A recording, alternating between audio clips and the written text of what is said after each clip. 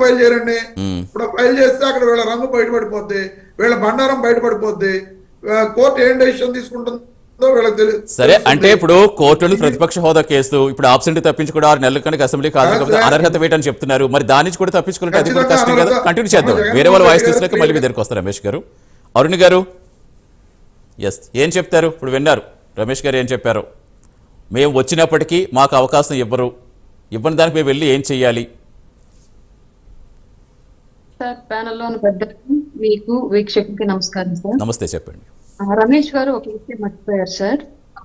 రాష్ట్ర వ్యాప్తంగా రాష్ట్రంలో ఉన్నటువంటి సమస్యలన్నింటి గురించి క్వశ్చన్ చేయడానికి వీళ్ళని ఎమ్మెల్యేలుగా గెలిపించింది రాష్ట్ర వ్యాప్తంగా ఉన్నటువంటి ప్రజలు కాదు. ఈ విషయం గుర్తుపెట్టుకోవాలి. ఫస్ట్ రాష్ట్ర వ్యాప్తంగా ఉన్న ప్రజలు వీళ్ళకి గనక గెలిపించేటువంటి అవకాశం ఇవ్వాలి. వాళ్ళ గవర్నమెంట్ వాళ్ళదే అయి ఉండేది, ముఖ్యమంత్రి సేమ్ జగన్మోహన్ రెడ్డి గారు అయి ఉండేవాళ్ళు. వాళ్ళని గెలిపించింది కేవలం వారి వారి నియోజకవర్గాల ప్రజలు గెలిపించారు యాజ్ ఎమ్మెల్యేలుగా. ఇవాళ జగన్మోహన్ రెడ్డి గారి యొక్క బాధ్యత అండ్ ప్రయారిటీ కేవలం పులివెందుల ఎమ్మెల్యే. ఇవాళ వాళ్ళ అసెంబ్లీకి వెళ్లాల్సింది కూడా పులివెందుల నియోజకవర్గానికి సంబంధించిన ప్రజలు, పులివెందుల నియోజకవర్గానికి సంబంధించిన భౌగోళిక పరిస్థితులు, దానికి సంబంధించినటువంటి సమస్యలు, వీటి గురించి అసెంబ్లీలో వినిపించడానికి ఆ నియోజకవర్గానికి రావాల్సినటువంటి చట్ట ప్రకారం, హక్కు ప్రకారం రావాల్సినటువంటి వాటి అర్హతలన్నింటినీ తెచ్చుకోవడానికి ఒక ఎమ్మెల్యేగా అక్కడ ప్రాతినిధ్యం వహించాలి. అది ఒక ఎమ్మెల్యేగా బాధ్యత. మేము అలా చెయ్యము, మేము ప్రతిపక్షం ఇస్తేనే మేము అసెంబ్లీకి వెళతాము అని చెప్పేసి కనుక వీళ్ళు ఇప్పుడు ఇవాళ మాట్లాడాల్సి వస్తే క్లియర్లీ రాజీనామా చేయమని చెప్పండి. రాజీనామా చేసి పులివెందుల ప్రజానికానికి జగన్మోహన్ రెడ్డిని ఓపెన్ స్టేట్మెంట్ ఇవ్వమని చెప్పండి. నాకు ప్రతిపక్ష హోదా ఇస్తేనే నేను మీ తరపున మాట్లాడడానికి లేదా రాష్ట్రం తరపున మాట్లాడడానికి అసెంబ్లీకి వెళ్ళాలనుకుంటున్నాను, కాబట్టి అందుకే రాజీనామా చేశాను. ఇప్పుడు నన్ను ప్రతిపక్ష నేతగా మీరు ఆమోదించి పంపించాలి అనుకుంటూ నన్ను గెలిపించండి, లేదంటే కేవలం ఎమ్మెల్యేగా నేను వెళ్ళను అంటున్నాను కాబట్టి వద్దు అని కూడా నన్ను ఓడించండి అని చెప్పేసి ఓపెన్ స్టేట్మెంట్ ఇచ్చి రాజీనామా చేసి మళ్ళీ ఎలక్షన్కి వెళ్ళి అదే స్టేట్మెంట్ గెలిచి అప్పుడు రమ్మని చెప్పండి. ఆ రోజు మేము అందరం సమాధానం చెప్పడానికి సిద్ధంగా ఉంటాం.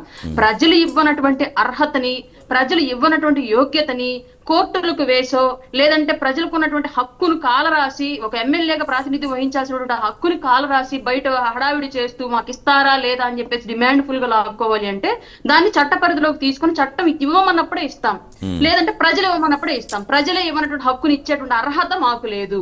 రాజ్యాంగబద్ధంగా ప్రజాస్వామ్యబద్ధంగా పాలన చేసే ఏ ప్రభుత్వం కూడా రాజ్యాంగ వ్యతిరేకంగా, ప్రజాస్వామ్య వ్యతిరేకంగా వెళ్ళడానికి ఇష్టపడదు, కుదరదు కూడా.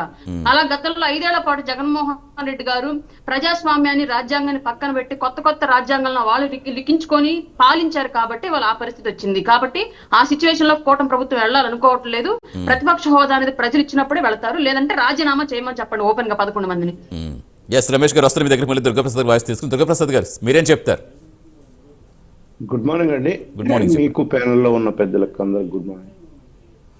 ఇది చాలా విడ్డూరంగా ఉందండి.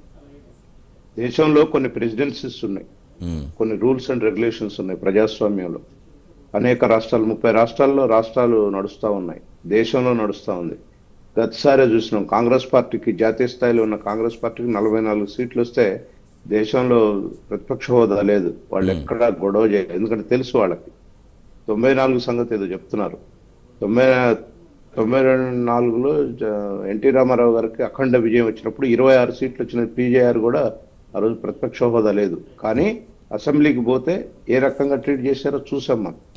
ప్రజావాణి వినిపించడానికి ఇచ్చారు అవకాశం, కానీ మాకు పర్టికులర్ గా మాకేదో హక్కులాగా కొట్లాడతామంటే కుదరదు. ఇక్కడ కూడా జగన్మోహన్ రెడ్డి గారు ఇప్పుడు వెందుల ఎమ్మెల్యే, వారు ఒక రాష్ట్ర పార్టీకి అధ్యక్షులుగా ఉన్నారు, మాజీ ముఖ్యమంత్రి. కాబట్టి ఏదైనా రాష్ట్ర సమస్య వచ్చినప్పుడు డెఫినెట్ గా కూటమి ప్రభుత్వం కన్సిడర్ చేస్తుంది.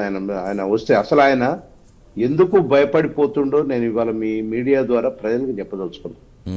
గతంలో 23 సీట్లు వచ్చిన మమ్మల్ని, చంద్రబాబు నాయుడు గారిని, ప్రతిపక్షంలో ఉన్నటువంటి ఎమ్మెల్యేని ఏది మాట్లాడితే ఏ రకంగా ప్రతిరోజు అవహేళన చేసి, ప్రతిరోజు భయానకంగా, అంటే ఒక మానసిక ఒత్తిడికి లోన్ చేశాడో అదే పరిస్థితి తనకు వస్తుందని చెప్పి వాళ్ళు అతను పోట్లేడు, ఆ భయంతో పోట్లా. కానీ కూటమి ప్రభుత్వం అట్లా కాదు. మీరు చేసినంత ఇదిగా కూటమి ప్రభుత్వం చేయదు. ప్రజా సమస్యల మీద చర్చించండి, పోయి రమ్మని అడుగుతున్నారు, ప్రతిసారి ప్రజా సమస్యల మీద అడుగుతున్నారు. కానీ ఇది ఈ 10% అనేది భారత రాజ్యాంగంలో లేకపోవచ్చు, కానీ ఒక ప్రెసిడెన్సీ, ఒక పొజిషన్ గా, ఒక ప్రోటోకాల్ గా వస్తుంది భారత ప్రజాస్వామ్యంలో. ఎక్కడ కూడా ఇవ్వట్లేదు. కానీ ప్రతిపక్ష హోదా లేకపోయినా సరే నేను ఒక ఉదాహరణ చెప్తా. ఉమ్, జయప్రకాష్ నారాయణ గారు ఒక్కడే ఉమ్మడి రాష్ట్రంలో గెలిచారు. అవును. వారికి ప్రతిపక్ష హోదా లేకపోయినా బ్రహ్మాండమైన సమస్యల మీద, రాష్ట్ర సమస్యల మీద మాట్లాడటానికి అవకాశం ఇచ్చారు. అట్లే సిపిఎం పార్టీలు వాళ్ళకి ప్రతిపక్ష హోదా లేకపోయినా ఒక ఫ్లోర్ లీడర్ గా వాళ్ళు ఉంటే వాళ్ళకి బ్రహ్మాండంగా రాష్ట్రం మీద మాట్లాడే వాళ్ళ సమస్యల మీద మాట్లాడే అది ఇస్తారు. గవర్నమెంట్ ప్రొసీడింగ్స్ ఉంటాయి డెఫినెట్ గా. కానీ దానికి భయపడి వాళ్ళ అనేక రకాలుగా ఏంటండి ఇది చిన్న పిల్లగాళ్ళలాగా చాక్లెట్ అని అడిగినట్టు ఏంటి